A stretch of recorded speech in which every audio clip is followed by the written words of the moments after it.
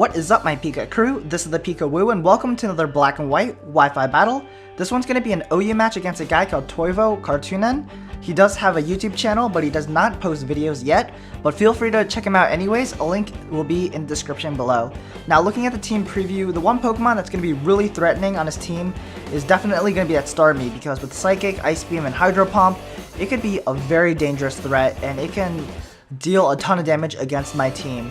Now on my side, probably the most important Pokemon to keep alive is going to be that Landorus T, because it keeps his Scizor in check with the Intimidate ability, and it can deal a lot of damage despite not being invested in attacker whatsoever. It carries the Earthquake, U-Turn, and Hidden Power Ice, and that deals super effective damage against the majority of his team, so Landorus T, definitely a Pokemon to keep late game. But yeah, this is going to be an awesome match, so I hope you guys enjoy. So my opponent's going to lead off with the Tyranitar, and I'm going to lead off with my Scizor predicting this, and this puts me at a matchup advantage because I can go for the U-turn and deal super effective damage against the Tyranitar if it stays in, and if it switches out, I can deal a ton of damage with U-turn against his other Pokemon, and I can get the switch initiative. So my opponent's going to go for the smart play. He's going to switch into his Ferrothorn. Ferrothorn's going to take the U-turn, although not well, because he's going to lose around a third of his health, and then I can U-turn and bring in an effective counter, and I'm going to go ahead and bring in my Celebi because I do carry the Hidden Power Fire on the Celebi.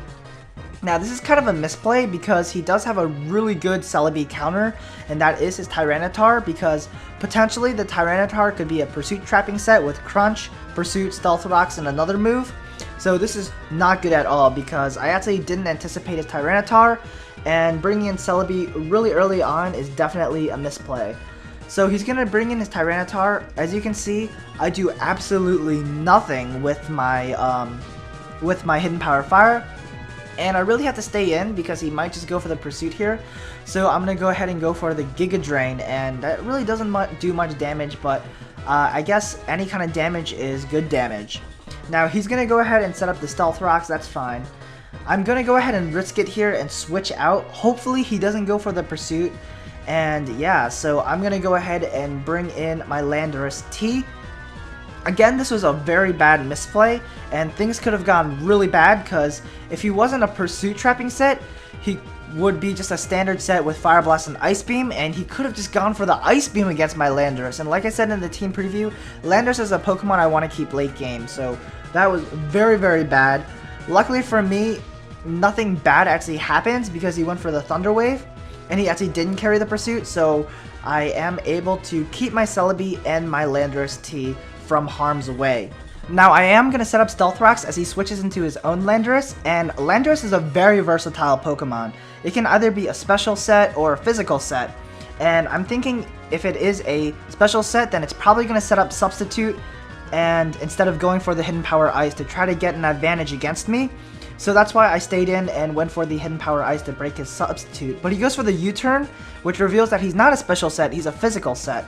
Now, he is going to U-turn out and bring in the Ferrothorn, and I am just going to U-turn out because I really can't do much damage against this Ferrothorn since I don't really have much investment in physical attack. And because I get a critical hit, I'm thinking I can just bring in my Scizor and just revenge kill with a U-turn. So he's going to set up some spikes. That's perfectly fine. I know next turn this Ferrothorn is going to die. Unfortunately for me, I did not expect him to have Protect because he didn't go for it earlier on when he was facing my Celebi. So this is really bad because now he can probably live a U-turn with that extra leftovers HP. So I'm just going to go for the U-turn, hope that I get max damage. Unfortunately, I do get min damage, and he is going to live. And he is going to set up another layer of spikes as I go right back into my Landorus. And yeah, so he gets a lot of entry hazards up early on, and because I don't really have a spinner, those entry hazards are there to stay, and it's going to put a lot of pressure on my Pokemon. But because this Ferrothorn is finally very weakened, I can just take him out with an Earthquake. And yeah, so this Ferrothorn is actually going to switch out. He's going to bring in his Tyranitar. Don't really know why he does this because he should have just foddered off his Ferrothorn to get more momentum, but he is just going to lose his Tyranitar here, and I'm not really going to complain, just don't really know why he did that because he could have used it for later on. And yeah, Tyranitar is going to get taken down, and that's really good, especially for my Celebi and for my Latias, because the Tyranitar could take pretty much any hit from both of those Pokemon, and now I can use them with better ease.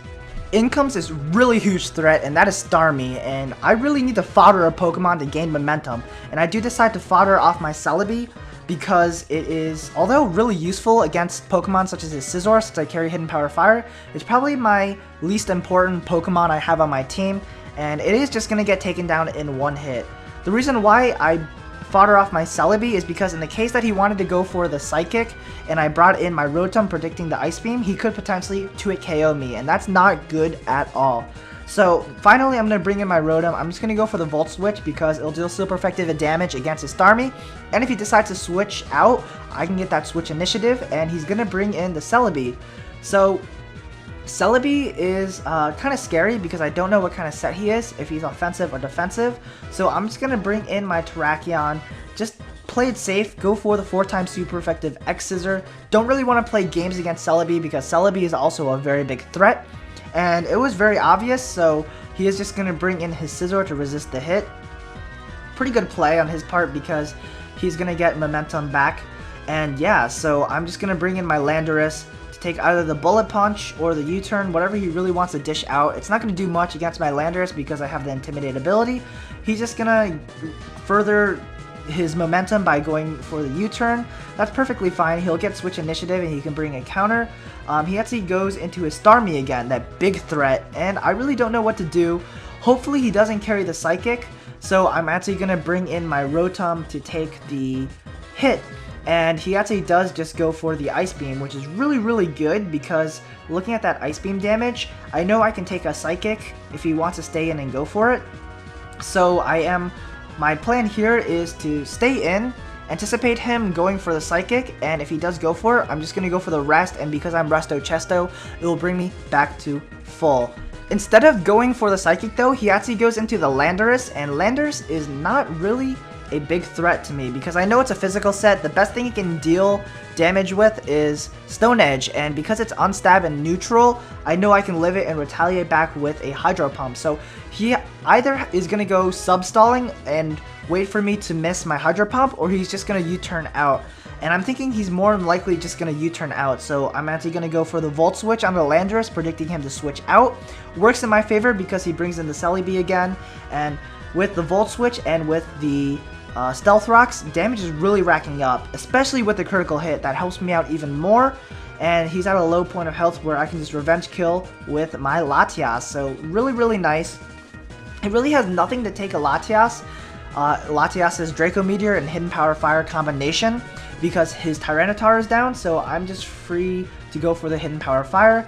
He's going to bring in the Ferrothorn. That's going to get taken down. He pretty much just used his Ferrothorn as death fodder just to regain momentum, and yeah, so Ferrothorn is going to get taken down. Now he can bring in a Latias counter, which is going to be his Starmie, and like I said, Starmie is a really big threat. I am just going to fodder off my Latias because I really don't have anything else to take a hit.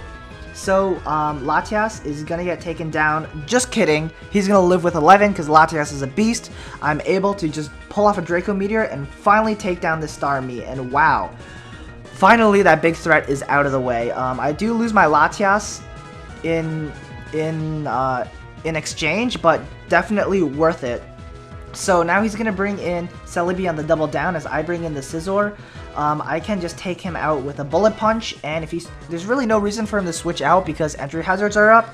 So Celebi is going to get taken down, and he really has nothing to handle the Scizor except for his Landorus, so he has to bring in his Landorus here, and that's going to lose a lot of HP from the Bullet Punch. So so it's almost going to get taken down. I'm going to lose my Scizor, that's fine. I can pretty much take down this Landorus with either my Rotom or my Landorus T. I do decide to bring, or my Terrakion. I forgot I had a Terrakion. I could just go for the close combat and pretty much wreck his entire team because he has 2 Pokemon left. He has this Landorus, he has the Scizor. Scizor is going to lose a lot of HP from close combat, and if he does decide to live, then he is going to get taken down by either my Rotom or my Landorus. And if he decides to go for the Bullet Punch, I could just bring in my Rotom and just Hydro Pump him to death. So yeah, that is going to be the match. Hope you guys enjoyed the battle. If you guys enjoyed, feel free to leave a like, a comment, and a favorite. And stay tuned for the comment question of the day. So this is the Pikawoo. If you guys haven't subscribed already, you can join the Pika crew by subscribing. So yeah, peace.